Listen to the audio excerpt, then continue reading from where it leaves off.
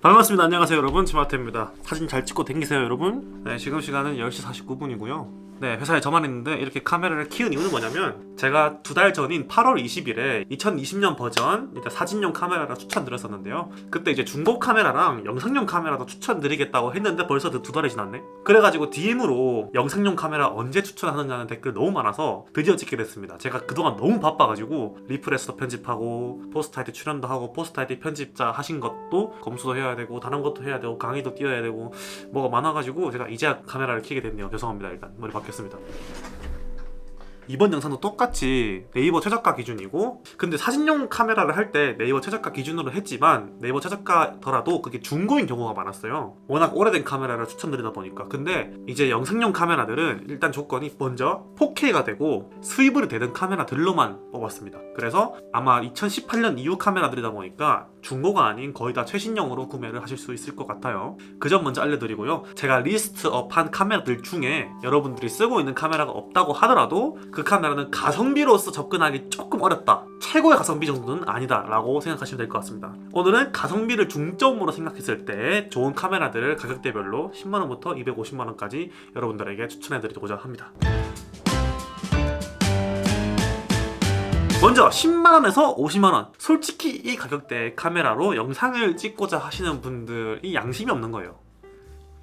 이제는 4K가 보편화되었죠. 이제 FHD로는 안 되는 시대가 왔어요. 이 50만원대 아래에서 4K를 지원하는 카메라가 몇 대 없습니다. 아니 거의 없다고 봐도 되고요. 성능이 그렇게 좋지가 않아요. 물론 뭐 G7이라던가 뭐가 있긴 하지만 너무 오래됐죠. 차라리 폰으로 찍는 게 훨씬 잘 나온다고 생각해요. 물론 지금 제가 쓰고 있는 이 폰이 230만원이긴 하지만 50만원짜리 스마트폰인 A51이나 다른 스마트폰들이 셀카도 되고 4K 촬영도 되기 때문에 그런 것들로 먼저 시작해보시는 게 좋다고 생각이 들고요. 나는 스마트폰이 없다, 2G폰이다, 그래서 난 30만원 40만원으로 카메라를 사야겠다 싶으면은 파나소닉의 GF10을 추천드립니다. 그 GF10이 바디만 29만원 하고요. 이 카메라가 출시를 할 때 사진이나 영상 초보자들이 잘 쓸 수 있도록 만들어져서 나온 카메라이기 때문에 굉장히 작고 귀엽고 이쁘고 가벼워요. 쓰기도 쉽고요. 그리고 액정 플립 되고요. 4K도 되고 내장 마이크 성능도 나쁘지 않아요. 이건 제가 저번에 GF9 리뷰를 했었는데 그거랑 거의 스펙이 같기 때문에 그 영상을 보시면 될 것 같고요. 개인적으로는 이 GF10이 좀 저평가된 카메라라고 생각합니다. 너무 저렴하기도 하고 많은 사람들이 잘 몰라요. 그래도 영상용으로서 가성비를 논하기에는 이것만큼 좋은 카메라가 없다고 생각합니다. 물론 단점이 있죠. 4K를 찍을 때 촬영 제한 시간이 있고요. 4K 크롭이 조금 있고요. 그리고 영상을 찍을 때 A 모드, S 모드 이런 거 안 되고 M 모드도 안 되는 걸로 알고 있습니다. 그래서 전문적으로 찍기에는 좀 그렇지만 일반적인 브이로그나 일상을 담기에는 GF10 정도면은 전 충분한 스펙이라고 생각을 해요. 그리고 파나소닉이 AF가 조금 느린데 GF10은 그래도 브이로그로 찍기에는 나쁘지 않아요. 색깔도 괜찮고요. 그래서 이 정도면은 뭐 유튜브를 처음 시작하는 사람들에게 선물로 줄 수도 있는 가격대라고 생각해요. 그러나 20만원만 더 주면 엄청 좋은 카메라를 살 수 있어요. 저는 60만원대에는 최고 존엄이라고 생각하는 카메라가 바로 XA7입니다. 이 카메라는 제가 저번에 미나와 함께 영상을 찍을 때 정말 좋은 아무도 모르는 브이로그 카메라라고 설명드렸어요. 저는 아직도 그 생각이 변함이 없습니다. 이 카메라는 1545 렌즈를 포함해서 59만원에 지금 팔고 있고요. 4K 되고요. 스위블 액정이 돼요. 게다가 이 액정이 3.5인치에 일반적인 카메라 액정보다 크고 선명하기 때문에 브이로그를 찍을 때 내 모습을 정말 좋게 확인할 수 있다는 장점도 있고요. 일단 디자인이 이뻐요. 후지필름 카메라들이 원래 디자인이 이쁜 걸로 유명한데 정말 이쁘죠? 가장 큰 장점은 필름 시뮬레이션이 됩니다. 후지필름은 이름에서부터 아시다시피 필름이란 글자가 들어가잖아요. 그래서 이 필름 시절에 있던 노하우를 디지털 카메라에 접목시켜서 이 필름 색깔을 영상을 찍거나 사진을 찍을 때 바로 적용시킬 수 있는 기술이 필름 시뮬레이션이에요. 그래서 보정 없이 영상을 정말 이쁘게 찍을 수 있는 장점이 있습니다. 그리고 외장 마이크 됩니다. 샷건 달아가지고 쓸 수도 있고요. 카메라 자체가 굉장히 가볍습니다. 센서도 APS-C이기 때문에 아웃포커싱도 잘 되고, 렌즈 교환식이니까 뭐 아웃포커싱을 극대화시키고 싶다면 단렌즈를 추가할 수도 있겠죠. 단점이라면 4K 15분 촬영 제한 시간이 있고 후지필름 렌즈 자체가 비쌉니다. 타사에는 뭐 35mm 1.8이나 50mm 1.8이 막 10만원, 20만원 하는 것들도 있는데 후지필름은 최소 30만원을 써야 돼요. 그리고 좀 쓸만한 달렌즈들은 막 50만원, 60만원이 기본이고요. 초광각 렌즈가 필요하다면 약 100만원 정도를 지불해야 쓸 수 있다는 단점이 있긴 합니다만 기본적인 번들 렌즈도 나쁘지 않습니다. 또 다른 단점은 사진 찍기에는 최적화되어 있지 않습니다. 제가 리뷰에서도 말씀드렸지만 셔터 렉이 좀 심합니다. 사진이 좀 0.5초 뒤에 찍히는 그런 현상이 있기 때문에 사진보다는 영상용으로 이렇게 추천드리는 거고요. 또 다른 단점은 후지 필름을 주변에 쓰는 사람이 없어서 물어보기 좀 힘들다는 점. 그거 말고는 단점이 거의 없다고 생각합니다. 60만원대면은 뭐 캐논 M50, 뭐 M100, M200 뭐 엄청 많은데 그 중에서 최고 존엄은 XA7이라 생각해요. 그 다음 70만원대에 추천이 가능한 카메라는 소니의 알파 6100이 있습니다. 소니는 알파 6000대 라인이 굉장히 많은데요. 그 중에서도 알파 6100이 가성비가 괜찮은 편이에요. 4K 되고요. 4K 촬영 제한 시간 없고 LCD 플립 되고요. 외장 마이크 설치되고요. 영상을 찍을 때에도 PASM 모두 다 사용이 가능하고 소니가 가지고 있는 기술력을 거의 다 쓸 수 있고요. AF가 특히 빠릅니다. 영상뿐만 아니라 사진도 정말 잘 나옵니다. 2400만화소 APS-C 센서에다가 초당 11장을 찍을 수도 있고요. 로우 파일로 찍을 수도 있고 버퍼도 굉장히 많고 좋아요. 이게 바디만 구매하면 65만원이고 번들 렌즈를 산다면은 뭐 10만원 정도 추가가 되겠죠. 그냥 뭐 스냅 사진, 스냅 영상으로는 70만원대의 최강이라 생각합니다. 근데 물론 단점이 있어요. 배터리가 조금 빨리 닳고요. 샷건 마이크를 단 상태에서 LCD를 보려면 추가적인 액세서리가 필요합니다. 그리고 소니도 렌즈가 조금 비싼 편이에요. 물론 소니는 서드파티 렌즈들이 조금 많이 출시되고 있지만 그래도 조금 비싼 편이다. 초광각 렌즈도 100만원 하고 달 렌즈도 좀 쓸만한 거는 보통 한 50만원, 60만원 정도 합니다. 커다란 단점이 하나 있는데 픽처 프로파일이 안 됩니다. 이 픽처 프로파일이란 소니의 컬러 사이언스를 적용하는 좋은 시스템인데 이게 빠져 있어요. 심각하죠. 그래서 S로그나 시네 HL 같은 게 안 됩니다. 그 소니의 마이 스타일을 써야 되는데 솔직히 마이 스타일 쓴 사람 아무도 없죠. 그래도 보정 안 하고 찍을 거면은 색깔이 잘 나와요. 그러나 알파 6100의 최대 단점은 알파 6400이 있다는 거예요.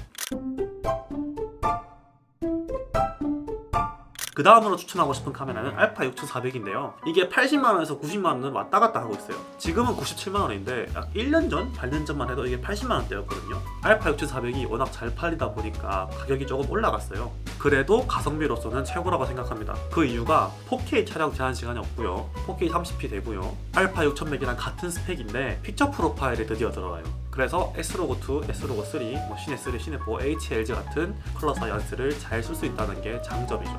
AF는 말할 것도 없이 빠르고요. 영상을 찍는다면 6100보다는 6400이 훨씬 좋은 선택이라고 생각합니다.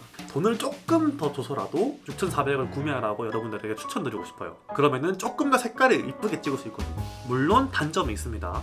알파 6100과 똑같이 배터리가 좀 빨리 닳고요. 생각보다 4K로 촬영할 때 롤링 셔터가 심합니다. 이거는 알파 6000대 라인에서 4K를 찍으면 똑같이 나오는 현상인데 들고 갈 때 핸드 쉐이킹이 있을 때 주변부가 약간 일그러지는 현상이 있어요. 롤링 셔터 때문에. 손 떨림 방지와는 다르게 이 주변부가 일그러지는 현상이 생긴다. 퉁퉁 충격이 올 때. 그래서 그게 좀 거슬리더라고요. 물론 이거는 닌자 워킹을 배우거나 짐벌을 쓰거나 놔두고 찍으면 문제가 없지만 저는 브이로그 찍을 때 이렇게 들고 찍으니까 좀 주변부가 흔들려서 어지럽더라고. 근데 알파 6400만의 단점은 아니고 알파 7 S3를 제외한 모든 소니 카메라의 4K는 다 이렇습니다. 그래서 렌즈 포함 100만원, 120만원 정도면은 알파 6400 추천을 안 할 수가 없어요.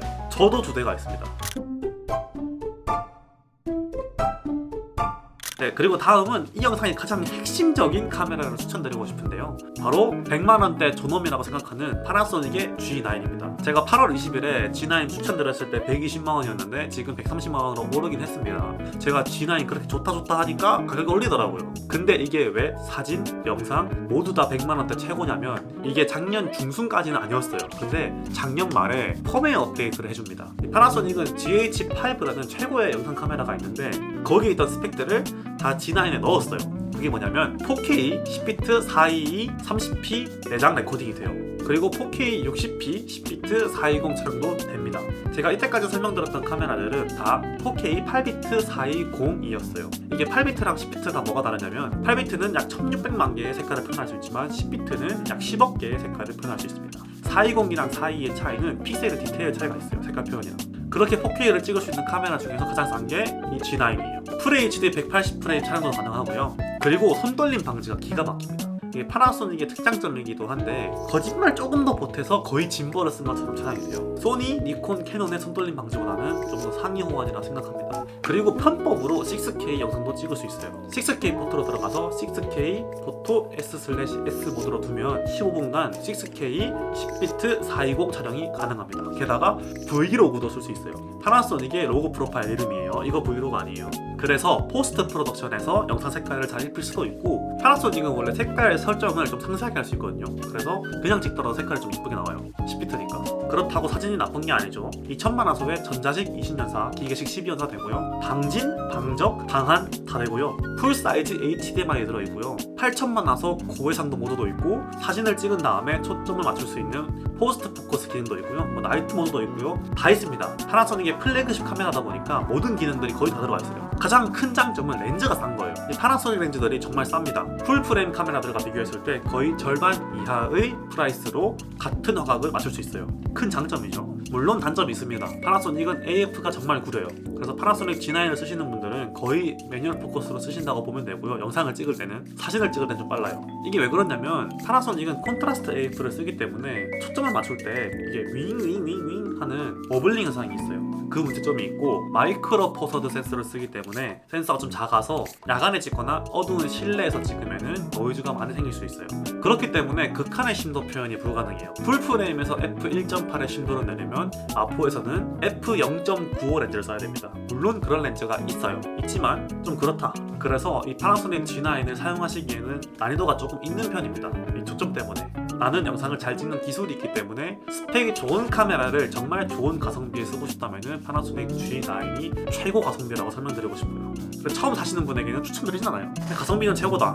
반박시 댓글.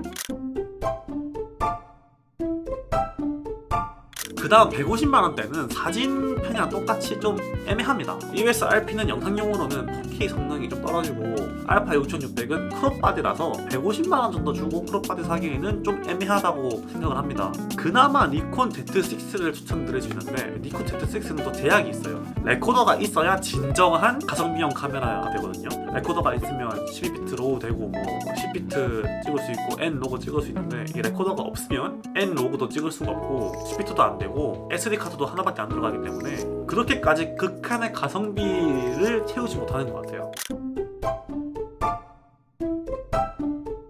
그 다음은 200만원대인데요. 200만원대에는 딱 두 개 있습니다. 소니의 알파7C랑 파나소닉의 S5입니다. 이 알파7C는 출시한 지 얼마 안 됐죠? 이게 219만원에 출시를 했는데, 알파7 마크3가 정말 잘 나왔잖아요. 사진도 좋고 영상용으로도 많이 쓰니까. 저도 두 대 있거든요. 그 명기 스펙을 그대로 넣어놨어요. 그대로 넣었는데 이거를 알파 6000 폼팩터에 집어넣어서 작게 만든 거죠. 왜 하필 알파7C를 추천드리느냐? 알파7 마크3는 촬영 제한 시간이 있어요. 근데 알파7C는 촬영 제한 시간이 없어요. 계속 찍을 수 있다는 거죠. 풀프레임이고 4K 30p 24p 되고 FHD 120프레임 되고 피처 프로파일로 S로고 촬영도 가능합니다. 이게 워낙 알파7 마크3가 명기여서 얘도 아마 좋을 거예요. 제가 아직 써보진 않았는데 가성비용으로는 나쁘지 않은 선택이다. 게다가 AF가 진짜 빠릅니다. AF 때문에라도 소니를 쓰시는 분들이 정말 많은데, AF가 정말 빠르기 때문에 처음 카메라를 쓰시는 분들이나 나는 AF가 중요하다 싶으신 분들에게는 추천드리고 싶은 카메라고요. 물론 단점이 있습니다. 얘는 10비트 안 되고요. 4K 60p 안 됩니다. 그리고 카메라가 좀 작기 때문에 다른 알파7 시리즈보다는 조작 계통이 조금 불편하다고 하더라고요. 그리고 알파7 S3에는 메뉴 인터페이스가 바뀌었잖아요. 그게 안 바뀌었어요. 그리고 크리에이티브 룩이 안 들어갔어요. 이건 아무래도 금 나누기 같죠. 그러나 알파7C에 1635Z 딱 끼우면은 뭐 찍을 영상 없다고 생각해요.